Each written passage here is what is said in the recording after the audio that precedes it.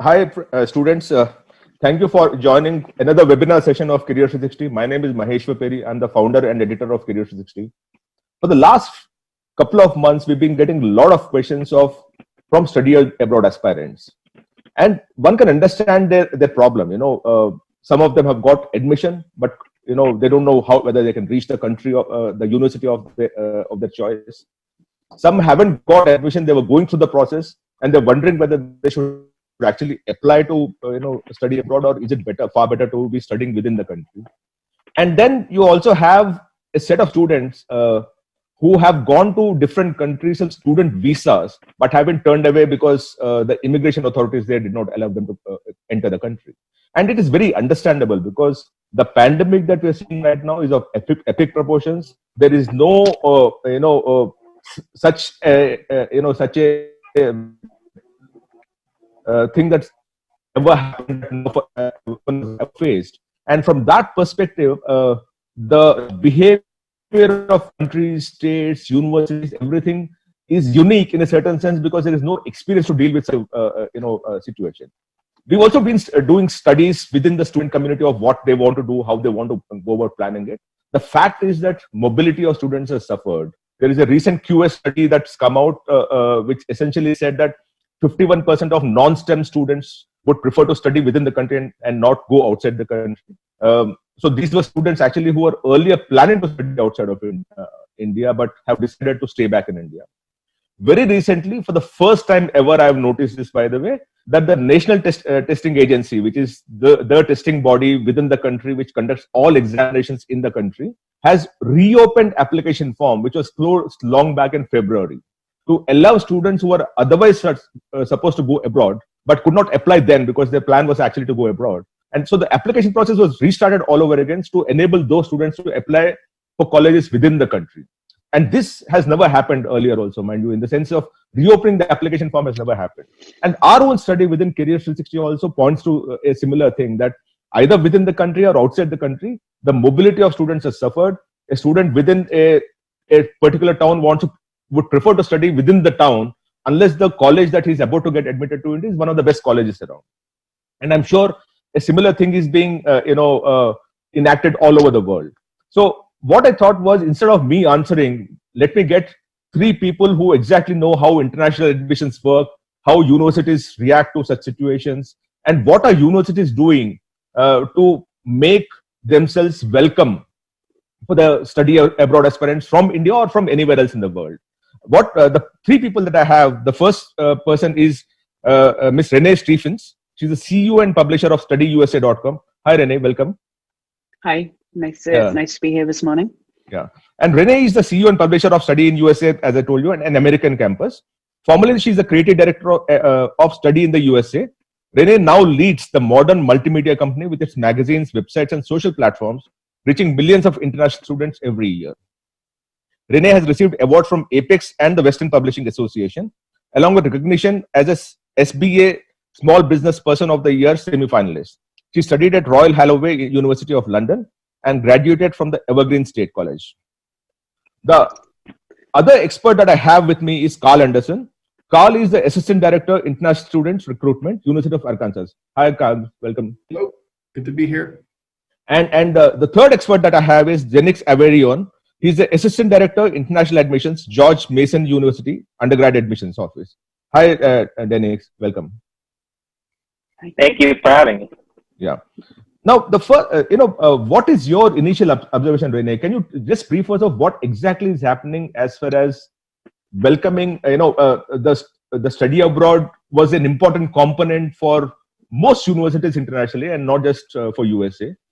What is the thinking amongst the universities of how they must react to the current situation? Well, I mean, I think this is an absolutely unprecedented time for every university. And right now, all of the universities, I mean, I think originally there was definitely panic. What are we doing? Everything's going online. How is this going to work out? But over the last, I would say, 4 to 6 weeks, many of the universities are coming up with very solid plans. Right now, I think about 68% of universities are deciding that they are going to have some kind of on campus in the fall enrollment. And maybe it won't look the same as it did this year up in January. But it is going to happen, and it's going to maybe be a combination of remote and virtual. There's only a small percentage of universities that actually believe it's going to be 100% online. I think the CSU system is one of those which has come out ahead of time and said it will be online. Other schools are working very hard with their students to make sure that they're going to be able to be on campus. They're coming up with many workarounds to problems. Maybe they're expanding the dorm space so that people can have single dorms. They're staggering classes, staggering start times.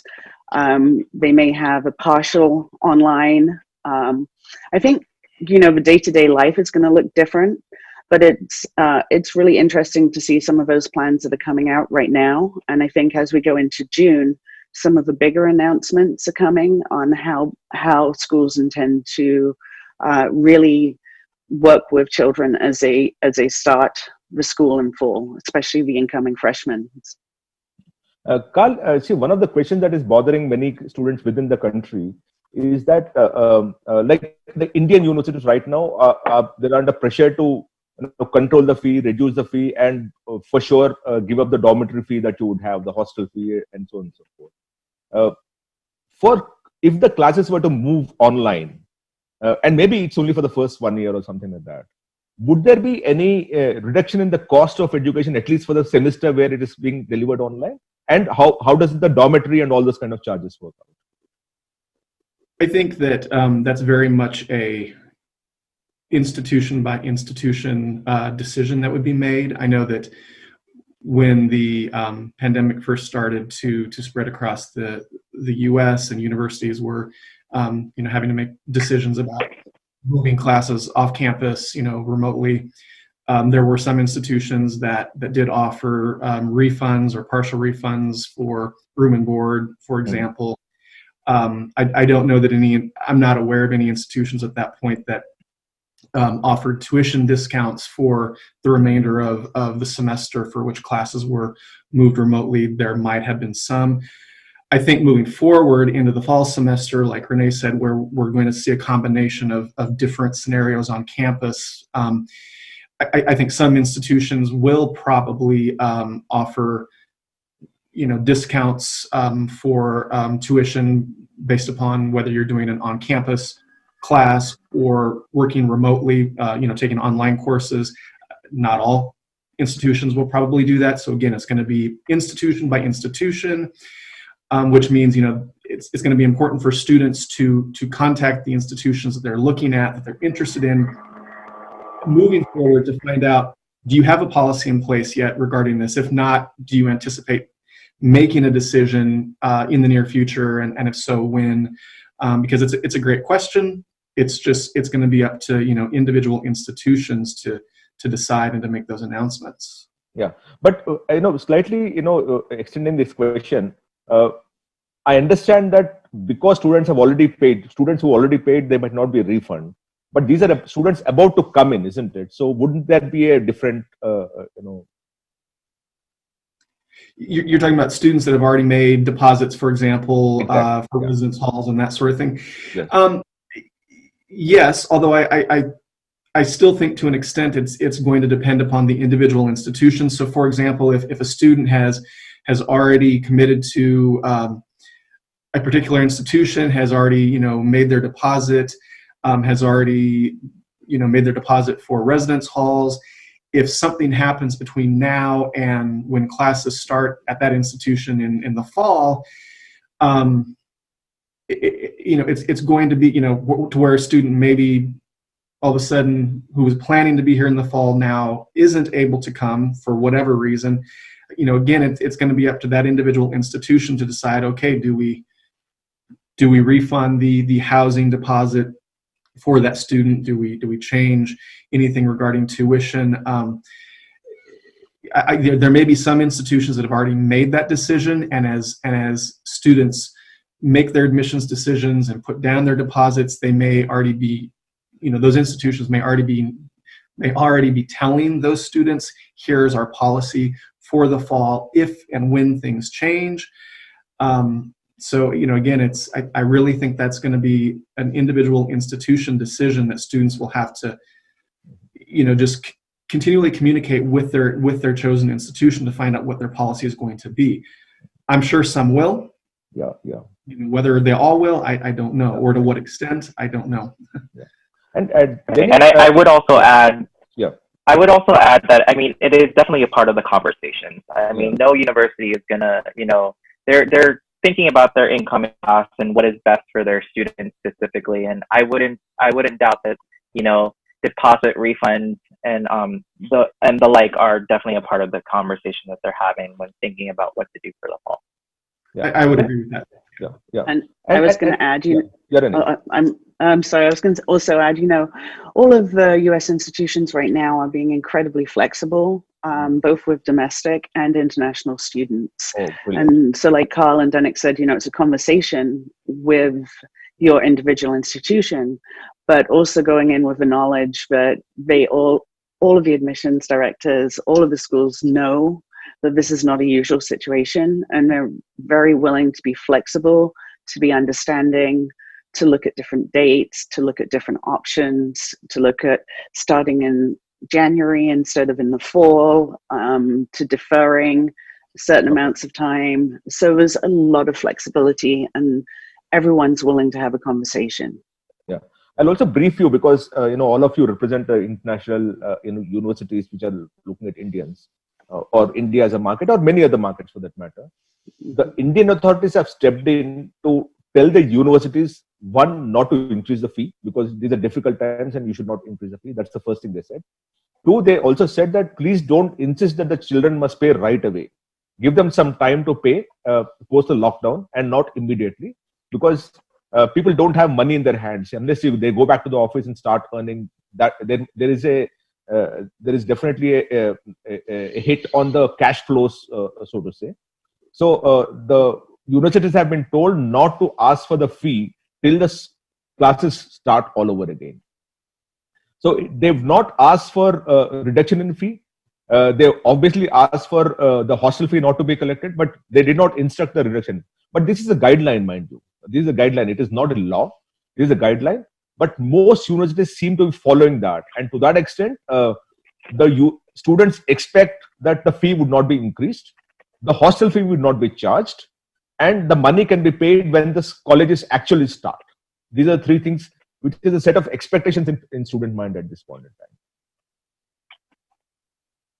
Now, the other question, Renait, is that recently, it so happened that a set of students landed in USA and Singapore. These are two countries I know. I'm sure there would be many other countries that are doing it. The students landed there with student visas, and these were already admitted students, mind you. But they were turned back at the immigration. Right. So what is the responsibility of a university to keep the student informed so that they don't go through that kind of a crisis situation? That's a difficult one. I think at the beginning of this pandemic, the rules on international travel and visas were changing minute by minute. Right now, obviously, there is a suspension on many of the visas and a lot of international travel. I think it's a huge responsibility for all of the universities to keep the students informed, either through email, through WhatsApp, through personal conversations. And I think they're doing a good job of that. The trouble is no one knows. Every country, things are changing minute to minute. We just had the travel restrictions on Brazil recently because of the pandemic. So I think, there's going to be different hotspots around the world popping up. There's going to be different rules on international travel. There's going to be different visas. And it is definitely the university's duty to talk to the students and let them know what's going on. And I think, unfortunately, a few things happened at the beginning of this where it was really a shock to the world and communication wasn't really in place. I think at least all of the universities that I've talked to and worked with have worked incredibly hard through April and May to make sure that they have not only the students on campus, but had to go home or be rehoused. They've worked really hard with them. They've worked really hard with incoming freshmen, with students who are still in the country and intending to come back in fall. So I think as, you know, as things have become this kind of new normal, then people have been able to put that communication in place. And the chaos that we saw at the beginning, that is not going to happen. Yeah. Denny, this is for you. There seems to be a lot of headwinds for a student who wants to study outside of the country, right? And the headwinds are pretty serious in terms of forex rates, in terms of the pandemic, the restrictions from at the country level and not at a university level. Universities want the students, the countries are stopping. And then going further, there might be issues to do with whether they can stay back to work for 6 months, 1 year, and those kind of issues. What would you do if you're on the other side of the fence in terms of still aspiring to study abroad, but the headwinds that you're facing? That's a good question. I think if I were a student looking at studying abroad, there's a lot of different factors that you have to take into consideration with regards to kind of what your family wants you to do, kind of do you have the financial means to do so, and kind of everything that culminates into that decision-making process. You know, I think if I were a student still interested in study abroad, I would definitely still do my research and do my due diligence, reaching out to schools and reaching out to colleges and universities, asking them what the possibilities look like and kind of what that pathway looks like. But also come with it with an understanding that, you know, that dream of studying abroad has to shift a little bit. I'd say if you have the opportunity to study abroad and, you know, you've considered all aspects, by all means, go ahead and take it, because there's nothing like a study abroad experience, but your approach will have to change drastically and you have to be adaptive. Your experience studying abroad is going to be unlike anyone else's who, you know, may have studied abroad, especially during these times. So being very, you know, adaptive to situations is going to be something that you will need to learn if that skill set is something that you'll need to kind of be prepared to take. Carl, would you want to add something to that? I would just echo Denix by saying, you know, flexibility I think is going to be key. You know, I don't think anyone should give up their dream of studying abroad. I mean, you know, obviously we're in uncharted territory here, and there's a lot of different things that are being thrown in the way of students' dreams to study abroad, whether it's economics, whether it's the ability to get a visa, whether it's uncertainty about what the class situation is going to look like. But I think I think it's important to keep in mind too that you know, no one is saying study abroad dream is dead. You know, maybe this fall doesn't work for you, but there's always the spring, there's always the summer. And I realize for a lot of students that's difficult to think of. Well, I was prepared to go this fall, and I understand that, I really do. But that's where, you know, going back to just flexibility and understanding that you know, the dream doesn't have to die. It might change a little bit, but don't give up. You know, keep looking at universities, keep reaching out, as Denix said, with questions and have those conversations, but be willing and prepared to maybe, you know, wait a semester or you know, 2 semesters and go in the summer. You know, but don't give up. That's yeah. Okay. I was going to say, if you're doing a 4-year degree, it's a long time, and you were planning on 4 years of study abroad. I mean, what we all hope is that even if that first semester may be online or partially online, that you'll still be able to take the rest of the time to have that study abroad experience. And I think that's important to keep in mind. You know, many schools are changing their start date to be a little later in the fall. And maybe you do a partial online and arrive in January at your chosen destination, or in April or in the summer. But a 4-year degree is a 4-year degree. It's not, if you're looking at a 1-year course, and maybe, yes, you're saying, hey, I'll go next year instead of this year. But a 4-year degree has so much value, and you've spent so much time choosing that course, working on which university you're going to attend. But, you know, the 3-month period in the fall can be a very short period. And with the flexibility and the new options and the kind of technology we have, I definitely don't think that dream should be given up. Okay. One of the things that's happened, Renait, is that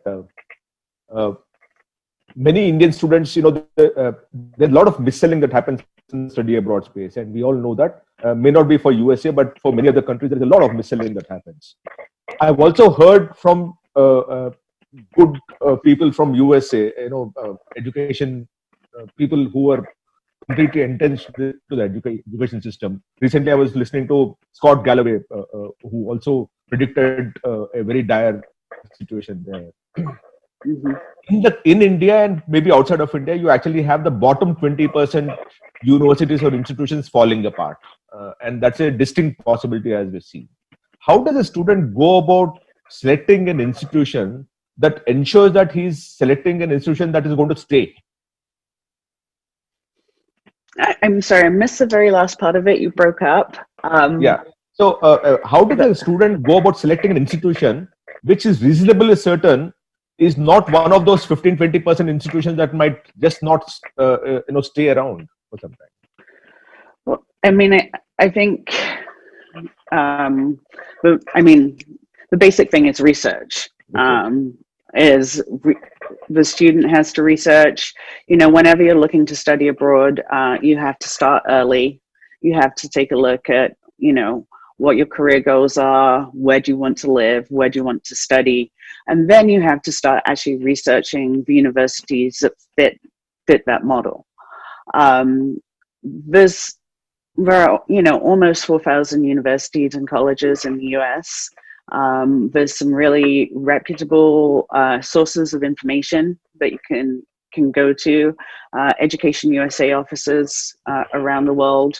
There's thousands of them. They're run by the Department of State. They have really good information about the universities. You should always see whether the university's degree program is recognized by your country's government, whether it's accredited. You can look at the school's website. You should talk to alumni, student ambassadors. There's so much information available now. You're not just looking at one place for information. And you do have to look at the history and the reputation of the university while you're doing that. So it is research, and and it's the same for domestic students as well. I have a 17-year-old daughter who's a senior right now, and so she's hopefully heading off to university in the fall. And it's the same thing. You have to research. You have to look, and you have to look at multiple different sources. Carl, one small question for you. Because of the Indian rupee is moving southward and the US dollar is moving northward in a certain sense, right? Because of which the burden on the student has slightly increased. On the other hand, you have universities around the globe who need these students. Is there any way where the universities this year are likely to give more scholarships, more bursaries, more fee waivers, more reductions to ensure that the students come into those universities?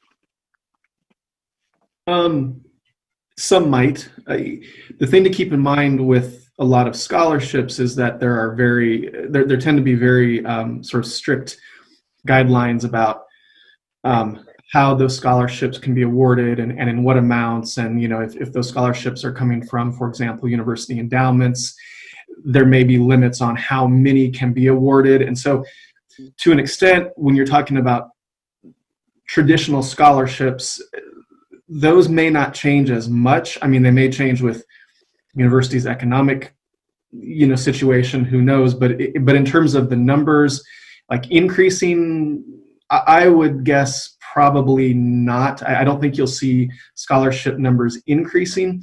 What you might see, however, are universities and other institutions coming up with reduced tuition rates, breaks in tuition, whether it's for online courses or so you may see that.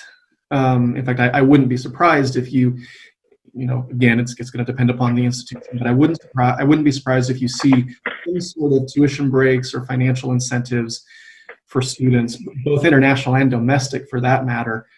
But I don't necessarily know that you'll see an increase in actual scholarships, where money's being given and can be applied to tuition and fees and housing and all of that.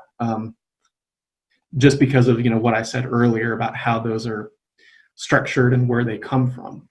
Yeah. Denny, in terms of the new rules that have come up, are there any new rules that the Indian students must be reading through and careful about before they choose to study in USA? Are there any new set of rules that have come up of late that students must be wary about?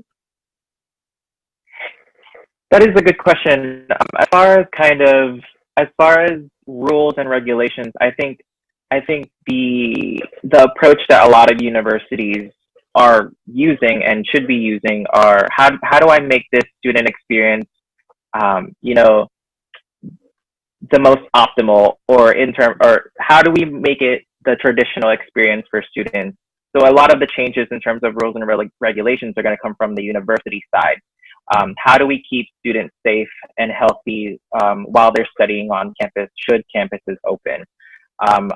I can speak to George Mason University and kind of what we're doing in terms of the options that we are looking into. Should we be open? There's going to be a 60-minute wait time between each class session so that we are able to kind of sanitize and clean all classrooms. There might also be, a change and shift in kind of how many classroom occupancies, how many students are going to be in each class. So in terms of changes in terms of rules and regulations, I believe more so it'd be on the university side rather than the students. Apart from, of course, wear a mask in class and wash your hands. Like, those are guidelines, not necessarily rules and regulations that they'd have to abide by. One thing that I might add to that, if I understood the original question right, based upon Lennox's answer, is I know that there are some universities, or there's some talk out there about, well, we may, for students that are, whether it's new students coming from outside of the U.S. or returning students, there may be the possibility of doing a 14-day quarantine as well. So that's something to keep in mind. Again, that's probably going to be an institution by institution decision, and that may be, driven by the state, of course, but that's something to keep in mind that would directly affect the student, obviously, and something the student would have to be aware of. Although I would assume that for institutions or states that are requiring that, there would be resources put in place where the students could go to quarantine. They wouldn't necessarily have to find their own, lodging and that sort of thing for that period. So if I understood that question right, I just wanted to add that in. So that's right. Exactly. I'm glad you said that, Carl, because within the country also, in our India, in our country, moving between states, there's a quarantine that's made compulsory because each state is trying to protect its own people, mind you. So when you enter I stay in Delhi. If I want to go from Delhi to another state, there is a quarantine that is needed. So, which is what I was coming to in that sense. Yeah. So. Renait, you said that you're a mother of a 17-year-old senior, right? Yes. What are the things you do if your daughter wants to study outside of the country, and the moment things sitting here, right? In terms of choosing the country, choosing the college, choosing the course, and anything. So, what are the 5 things that you will do to plan for your daughter's study abroad aspiration? Actually, my daughter does want to study abroad, and she has changed her plans slightly. Originally, she was hoping to go to the UK in the fall for university, and she has actually changed so that she's studying in California now. But she has picked a school that has a very robust study abroad program, and she's still planning on studying abroad. It may be next semester or next year, and it's definitely something, you know, as a parent, again, it's research, looking at what's going on in the world. None of us know exactly what's going to happen. It's looking at the guidelines from the CDC, the World Health Organization, what's happening. But yeah, her dream's always been to at least have part of her university career to be studying abroad. And we're still planning on that. It just is going to be at a slightly different timeline than it was before. How do you choose a country? The reason why I'm asking this question, Renee, is that increasingly there are certain other countries that are becoming more attractive for Indian students, like Canada, so to say, Australia, New Zealand, and so on and so forth. And you have US, which is the predominant aspiration, which is becoming, it's going down in terms of the scoring because of the fact that it is becoming more difficult to get into the country, into a good university. So from that perspective, how does one go about selecting a country where you want to study, and then the college, and then the course? Again, I think it's based very much on the individual student and what they're looking for. I mean, I still think there's incredible value in a US education, particularly in STEM and engineering. And Canada is very attractive. They have great path to work after. And they're really working hard during this time to make sure that that's still open and that they're supporting their international students. I believe the UK has also just come out with another 2-year right to work after university. So I think if it's important to be able to get that work experience, looking both at Canada and UK, who have great education systems. There's a lot of turmoil going on with the OPT and the H-1B visas at the moment in the US, but I do believe that the US economy will rebound quite quickly, and that can have an effect. If someone's starting a university course right now, the picture for OPT and H-1B visas could be a lot more optimistic in the next couple of years for the US. And, you know, they're all good countries. Germany's got some fantastic programs right now. There's really good options all around the world to study abroad. Okay. I would also add that, like, please. I would also add quickly is just in choosing which country you want to study in doesn't determine necessarily that is where you will settle. Higher education in general, it opens a lot of doors. If you study in the U.S., you don't have to work in the U.S. You can work anywhere. That's kind of the recognition that the U.S. education can bring, as well as in the U.K. and Canada and all the other countries that a student could want to study in. Okay. Carl, this is for you. This is from a student called Acharan Jain. His question is, universities in the US are providing online classes. My concern is that if I start my online classes now and are denied a visa later, then what will I do? That's a good question. That's a question even for students outside of the current situation. You know, sometimes visas are denied. I think, first of all, I've been getting questions from students about, well, if I want to study on campus, but I can't get a visa right away because the embassy or consulate is closed, or I do get a visa, but the university has decided that they're going to move, classes online. How does that affect my overall visa status? And I think the answer there is it shouldn't affect it too much. I mean, you're granted a visa for a program of study that, for whatever, for reasons beyond your control, has been moved partially online temporarily. You're going to be able to use that visa to eventually travel to the US. I know that wasn't that specific question, but then that was a lead into, if you start online and you're not able to get a visa for whatever reason, there shouldn't be a reason for the visa to be denied simply because you had to start your program of study online. You know, everybody knows the current situation and the challenges associated with it. And so there really shouldn't be an issue with, okay, I've been admitted into a program that is an on-campus program, a 4-year program, but I have to start it at home in India online because of the current situation.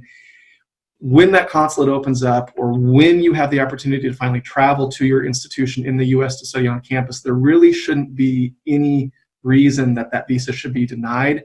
If it is, I used to work in international students and scholars on the immigration side.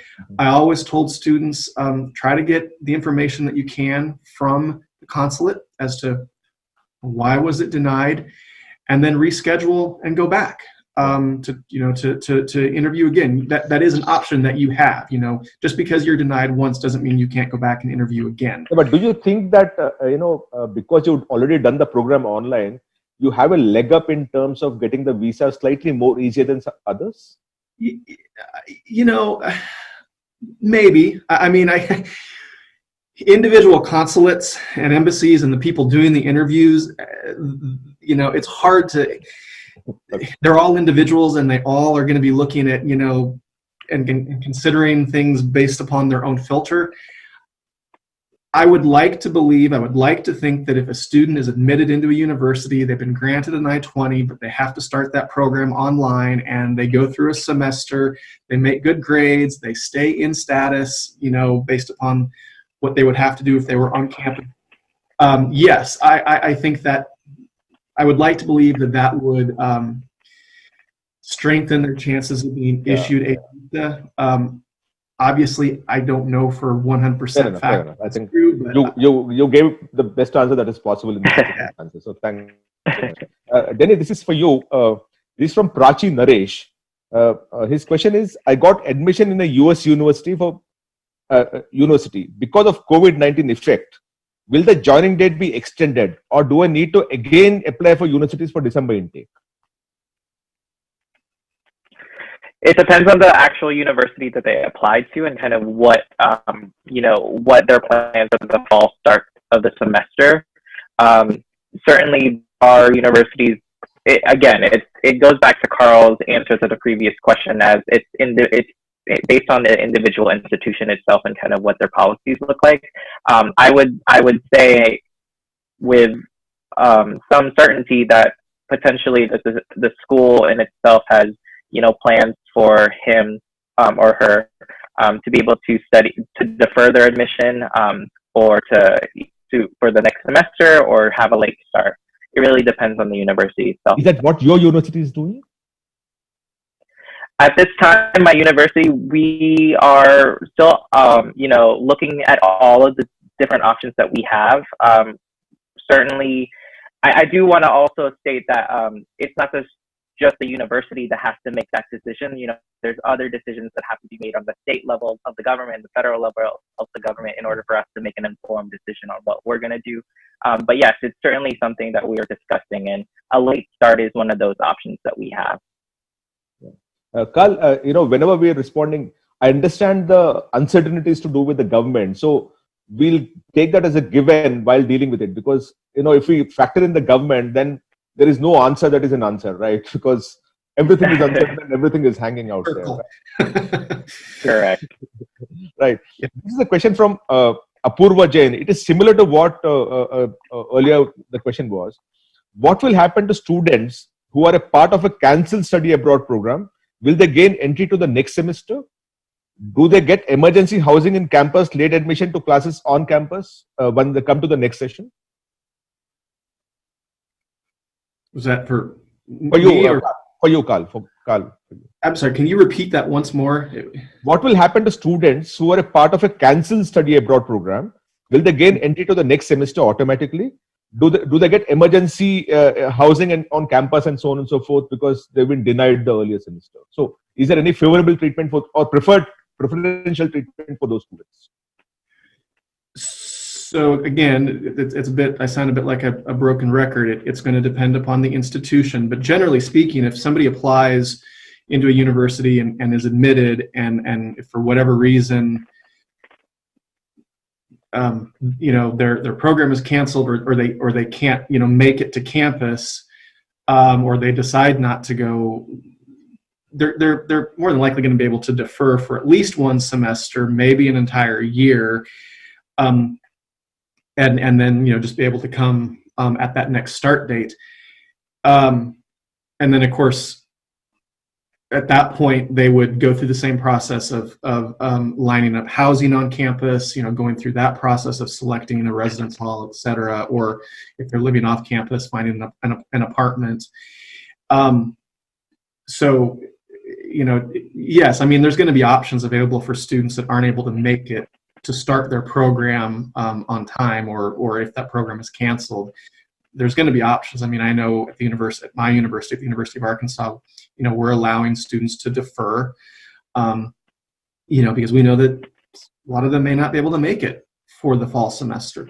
So I would also add that deferring is different for a lot of schools, and kind of what the what deferring looks like, and kind of what rules are in place for students. So reaching out to the university and kind of asking them what are the terms of the deferral and what that looks like for them, because it might mean that they cannot attend another university during that deferral period or take certain classes. So definitely having open lines of communication towards that university is going to be key. Okay. That's a very good point, and it may also depend upon whether you're an undergraduate bachelor's degree seeking student or a graduate student. There are it can be fairly easy for an undergraduate student to defer, but for graduate students, maybe your program only starts and admits students for the fall semester, so then you have to defer for an entire year. So again, like Denik said, that's having that conversation and making sure you're aware of those individual policies.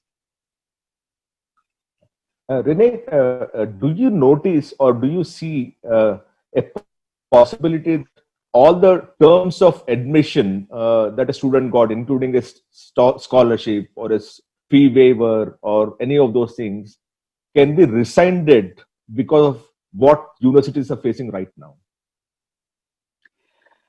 I haven't heard of anyone who was promised a fee waiver or a scholarship or certain conditions on their entrance. I don't see, and I haven't heard that being an issue for anyone. If you were given an offer and it included a scholarship, those are not being rescinded right now. Now, if the program itself is cancelled or you can't attend, then you may have to reapply. But otherwise, if you were offered something and agreed to it and committed to it, then it's still there. Okay. Mm-hmm.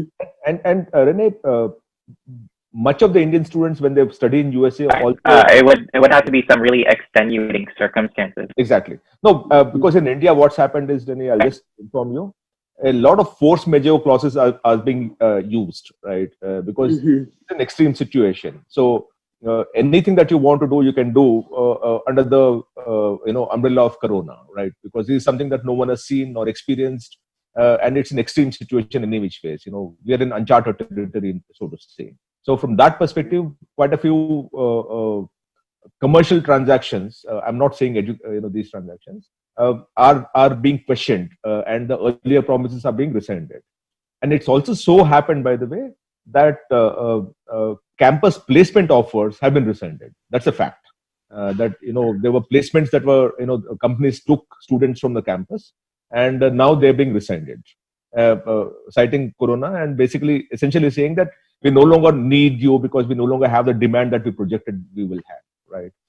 So we're all in uncharted territory, but it is important for me to ask that question so that there is a comfort for the student that, as of now, they've not heard any such thing. That's good enough comfort for them. So I wanted to ask. Renait, another question to you. Much of the Indian students, they aspire to finish the studies or do the studies, undergrad studies in USA, work for a couple of years, and then do the postgrad studies also in USA. Do you see any impact because of the economic situation of all the countries around? And US is going through its own crisis at this point in time because of unemployment goals, the number of unemployment growing rapidly. That these students who, after 4 years, might actually face headwinds because of which they might not be able to work there.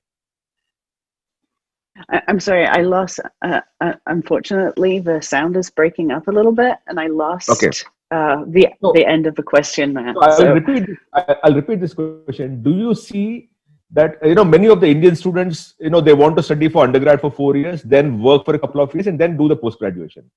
A lot of students who do post-graduation there also prefer to work for a couple of years there and then gain that experience and all.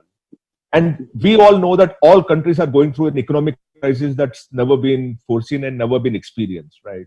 Like yesterday, we got a report that India will go through a 5% contraction of economy. That's a huge thing because we are used to growing at 7%, mind you. So do you see those headwinds hurting the aspiration of the Indian students who study there to work after their education, after their studies? I mean, I might sound like a little bit of a broken record. Right now, it's a little too soon to tell. I mean, the whole world at this point is affected. Every world economy is affected. What we hope is that in 4 years, anyone starting their degree now, in 4 years, the picture will be better. Hopefully, we will be in a much better situation than we are now. There may be economic troubles that have lingered, but a lot of countries are saying that there will be a reasonably swift recovery from this economically. There hopefully will be jobs after 4 years, and that students will be able to study and then continue with a postgrad. And, you can't be any more specific because we are dealing with an unprecedented time. And I think, what we're looking at right now is students still want to study. They want to be part of a global situation, a global solution to these issues. Stuff is changing day to day. And I think, in 4 years' time, when someone graduates from their program, hopefully the picture will look a lot better than it does right this second. Carl, this is for you. This is from Urvashi. Her question is, she's got an acceptance letter from a college in Canada, and now she's decided not to go there. She's already paid the fee. What is your recourse to her? About getting the feedback or just the feedback, the fee refund? I know a lot of universities have a policy where if it's a fee that's been deposited for enrollment or for admission, in a lot of cases it may not be a refundable fee. The student can choose not to go to the university, but they may not get the fee back. Now, having said that, these are again unprecedented times, and I suppose that it is worth having a conversation with that institution, especially depending upon the reason that the student is not has decided not to attend that university, to find out, well, is it possible to have that feedback? Especially if it was a substantial fee. I think it's worth having that conversation because universities are around Canada, the U.S., Australia, around the world really are having to grapple with questions and decisions and scenarios that they haven't had to deal with before. But if these were normal times and in normal situations, chances are, unfortunately, that fee would not be refundable.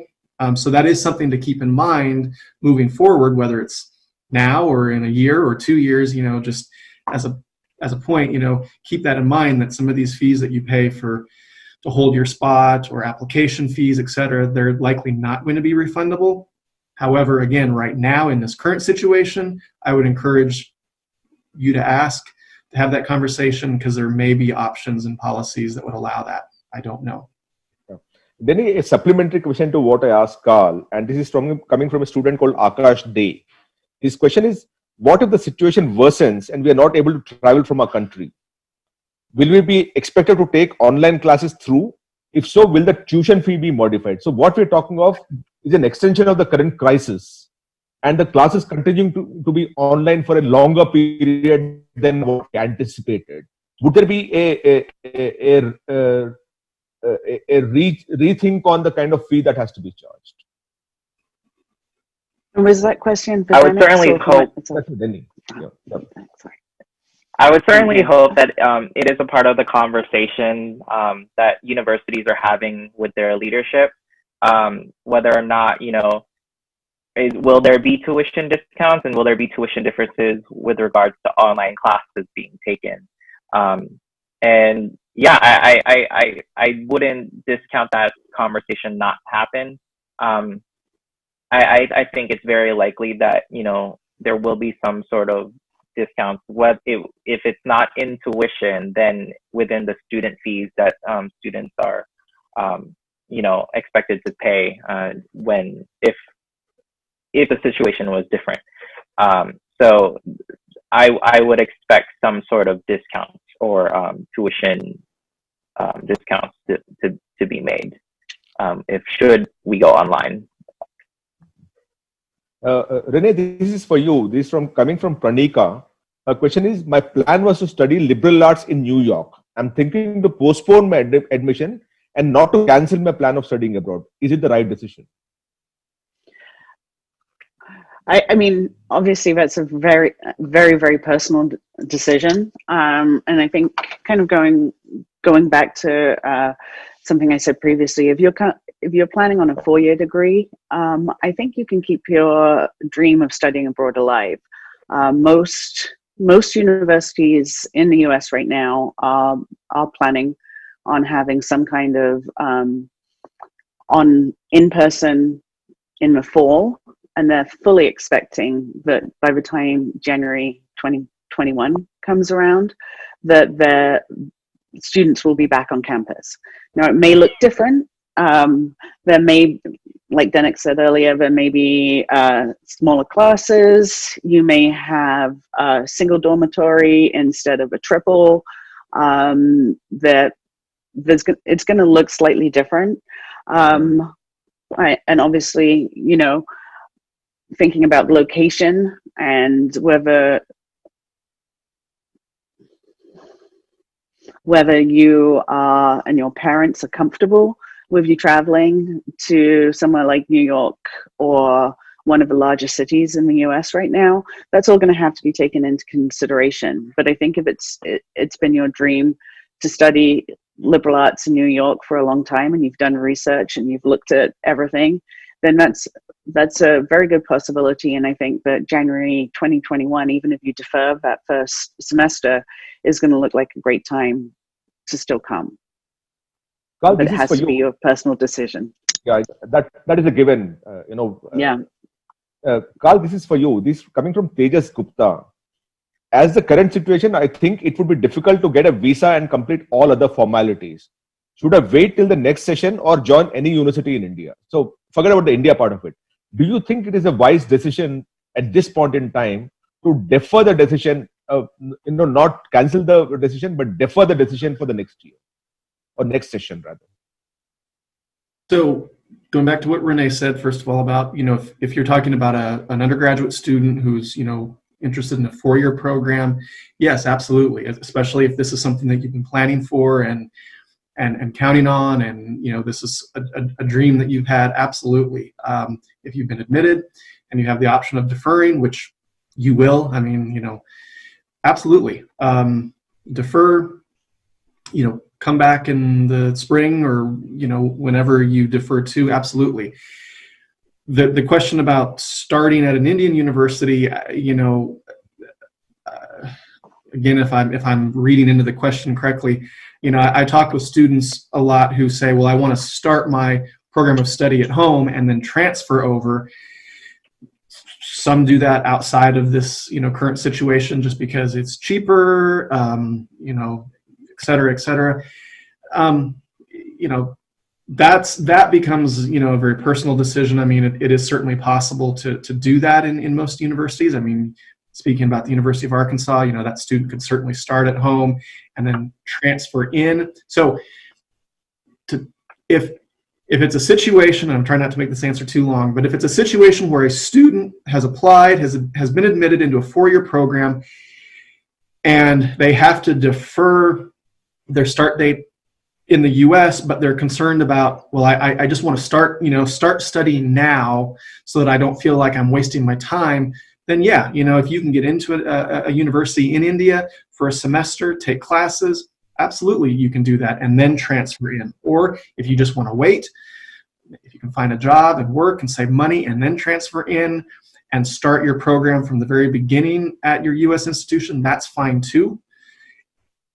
You know, it's a very personal decision as to whether you that point is taken. So we'll keep the personal thing also aside. If you were the student, what will you do? That's the question that one is dealing with. What would I do? Well, I mean, if it was me and I had dreamed for many, many years of studying abroad, you know, to get my bachelor's degree, I would probably defer, not take classes in India, because I'd want that full 4-year experience. I'd want to know what it was like to be an incoming true freshman student, going through orientation, moving into my residence hall for the first time. That's what I would do. That's what I wanted.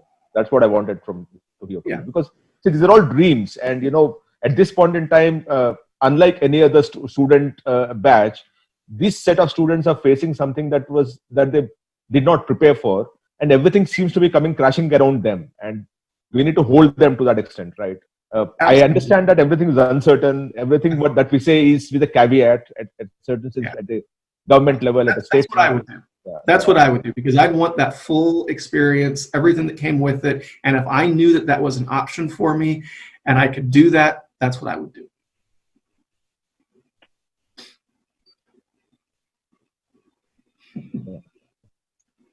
Then for you, see, in India, when we ideas that you have, so there are a couple of people who are very, very popular in India, NR being, which is a government thing, and we also, you know, are trusted for the kind of data that we throw in to help students decide which is a better. People know of QS and people know of THT.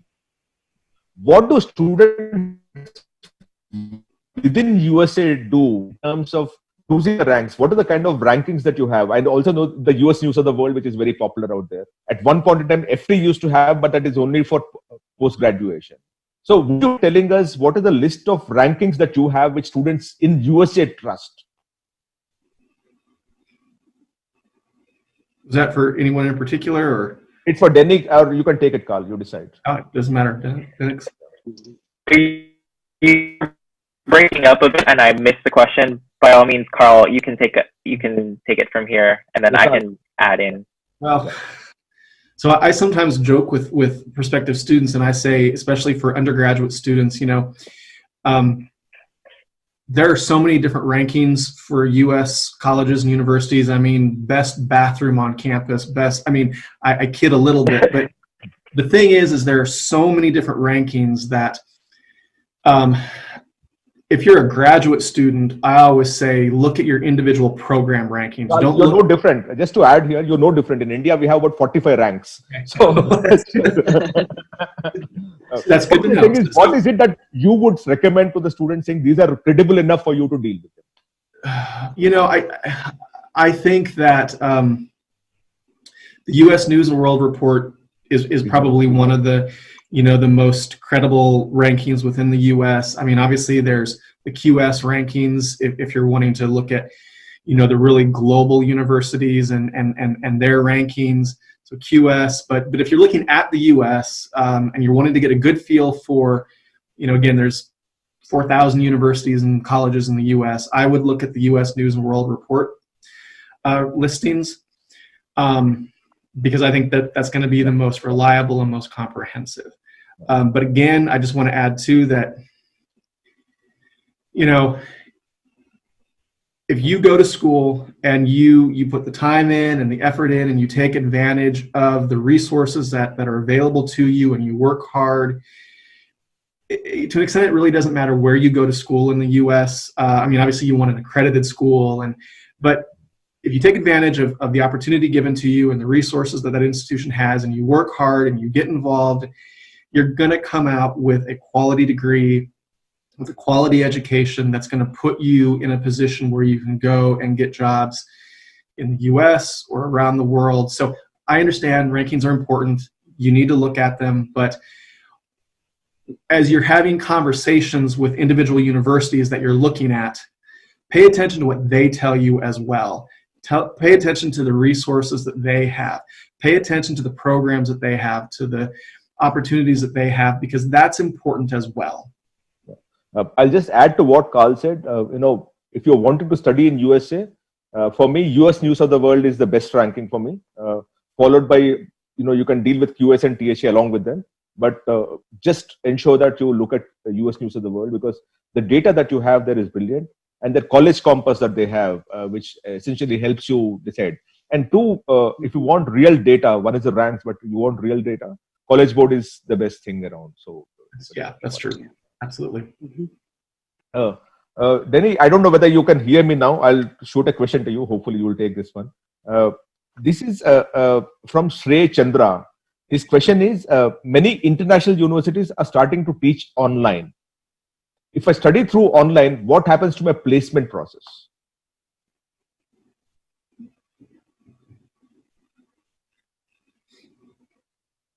I think Denix can't hear me, so one of you must take it.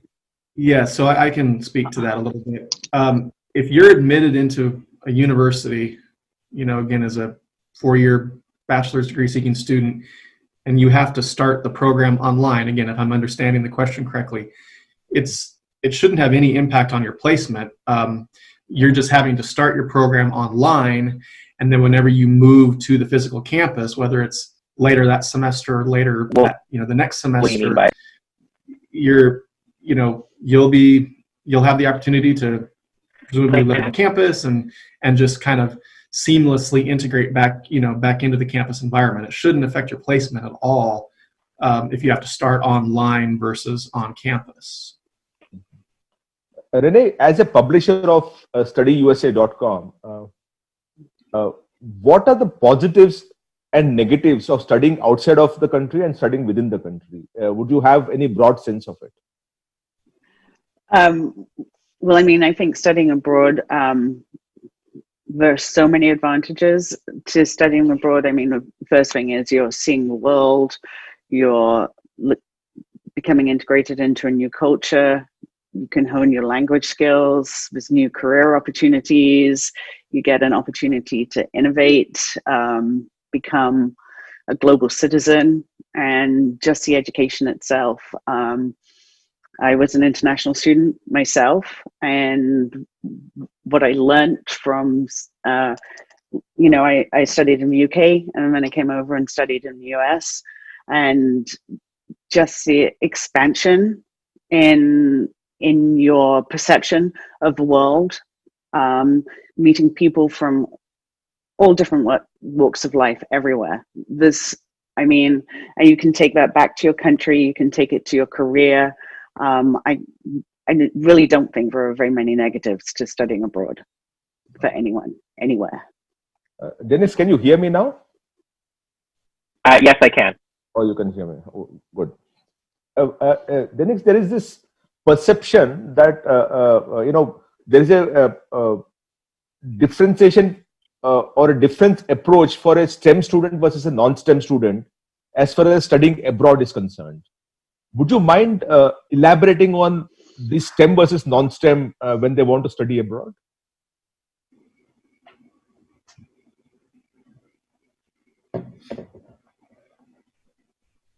Dennis, can you hear me? Carl, would you want to take that? The differentiation or the different approach between a STEM student and a non-STEM student when he or she wants to study abroad. I think there's this misconception that if you are STEM, it's easier. Okay.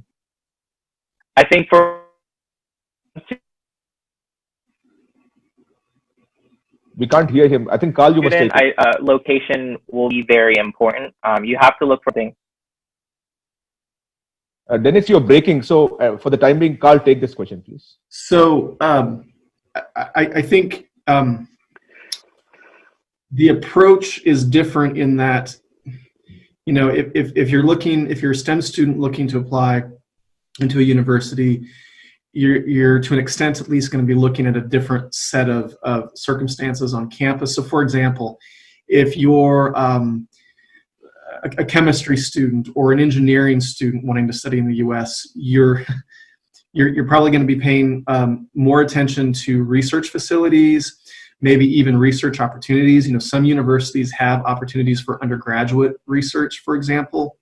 So you're probably going to want to spend a little bit more time looking at the research resources or laboratory resources they have. You may want to also, you know, spend a little bit more time looking at the opportunities that those institutions have for internships and co-ops. I mean, internships can be and are important for any student, regardless of their field, STEM or non-STEM. But within the STEM fields, I think there's a perception that you need to have some of that real world sort of practical experience, you know, working for an engineering firm or for, you know, a lab or something, because that's going to be that's going to be very important when you graduate to go on and get work. So looking at lab facilities, opportunities for research, opportunities for internships and co-ops while you're a student.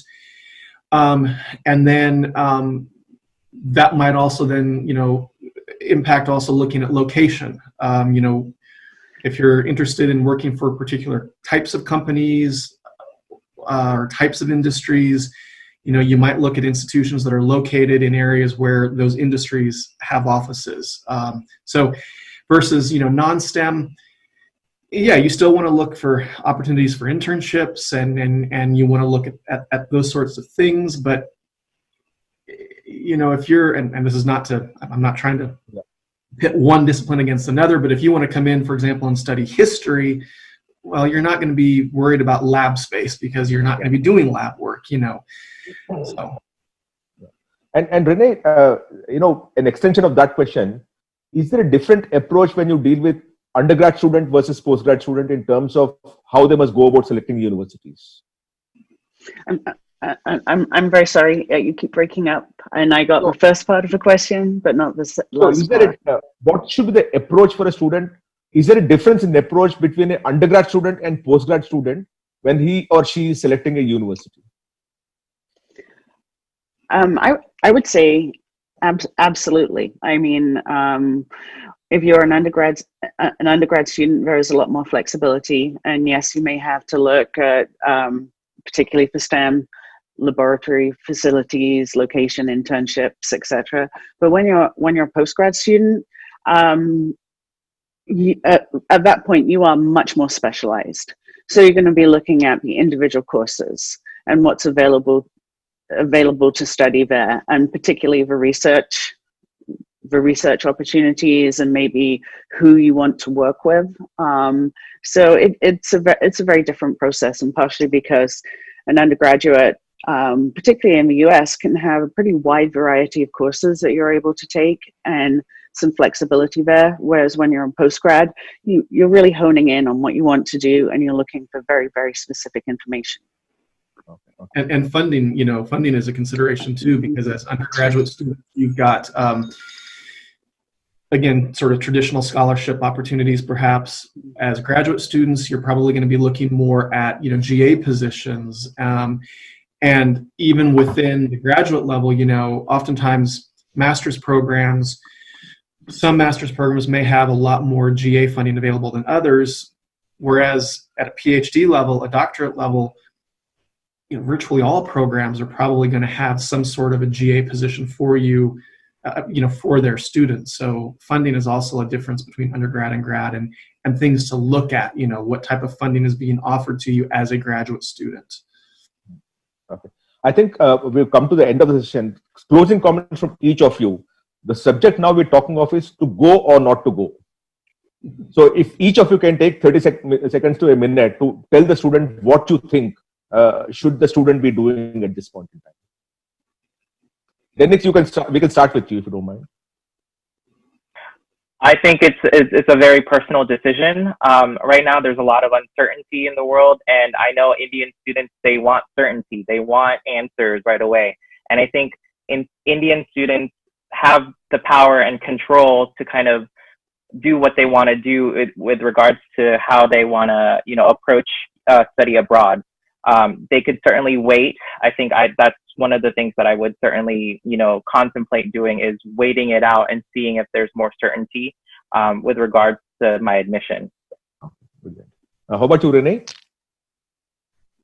Again, it's an unprecedented time in global history, and reality is changing every week. No one's exactly sure what things are going to look like next year, but I think students are still out there. They're still interested. They're motivated to learn. Schools are becoming very creative with the solutions. And I think there's a great value in international education, and you should still continue to pursue that dream. It may look different, but I think it's still a possibility. Yeah. How about you, Carl? I would echo what both Dennis and Renee said, and that is, look at your options. Take the time to think about the choices that you have in front of you, but don't, as I said earlier, don't let the dream die. If this is something that you want to do and you've wanted to do, it's not going to go away. You may have to postpone it for a semester or a year, and that can stink. It may be hard to do, but don't give up on your dream to study abroad. That's not going to change. It may look a little bit different, but just be flexible, be willing to be flexible, but don't give up. We still want to see you studying in the United States, we want you to be successful. Wherever it is that you study, we want you to be successful. We'd love to see you here in the US with us. So I think, thank you so much, each of you. We've taken quite a few questions today. Thank you, each of you, for joining us and helping us navigate this big dilemma that students are currently going through. I just hope that students take your advice and decide for themselves. Ultimately, it's a personal decision, as you said. Much of what we talk today is with a lot of uncertainties, and obviously there is no clear answer for every question that you have. But having said that, I think though we say it's a personal choice and the states have a lot of control of what's going to happen in the future, the consensus seems to be that if you really want to study abroad, postpone the decision, but don't give up the decision. Assuming it's a post-graduation student, I think you're dealing with a 1-year loss, and that might be a question mark. Am I right in saying that, Carl? If you're a master's student, that's something to consider. If you're a PhD student, where it could take 4, 5, 6 years to complete your degree, that's a decision to have, probably with your academic advisor if you're admitted into a program. So what I would add to is, don't be afraid to reach out and ask questions to the universities. There's no such thing as a bad question or a silly question. You're not going to get answers unless you ask questions. So as you're going through this process, do not be afraid to reach out to the universities or colleges you're looking at and ask them questions. Let them know what your concerns are. That's what we're here for, And thank you so much for Renee, Carl, Dennis. I hope to see you again, because I think as we evolve in the situation, there might be in a couple of months, we'll do one more session like this, where hopefully we'll have greater certainty to give more certain answers than what we could do today. Thank you so much. Thank you very much. Thank you. So much. Bye. Thank you. Bye-bye.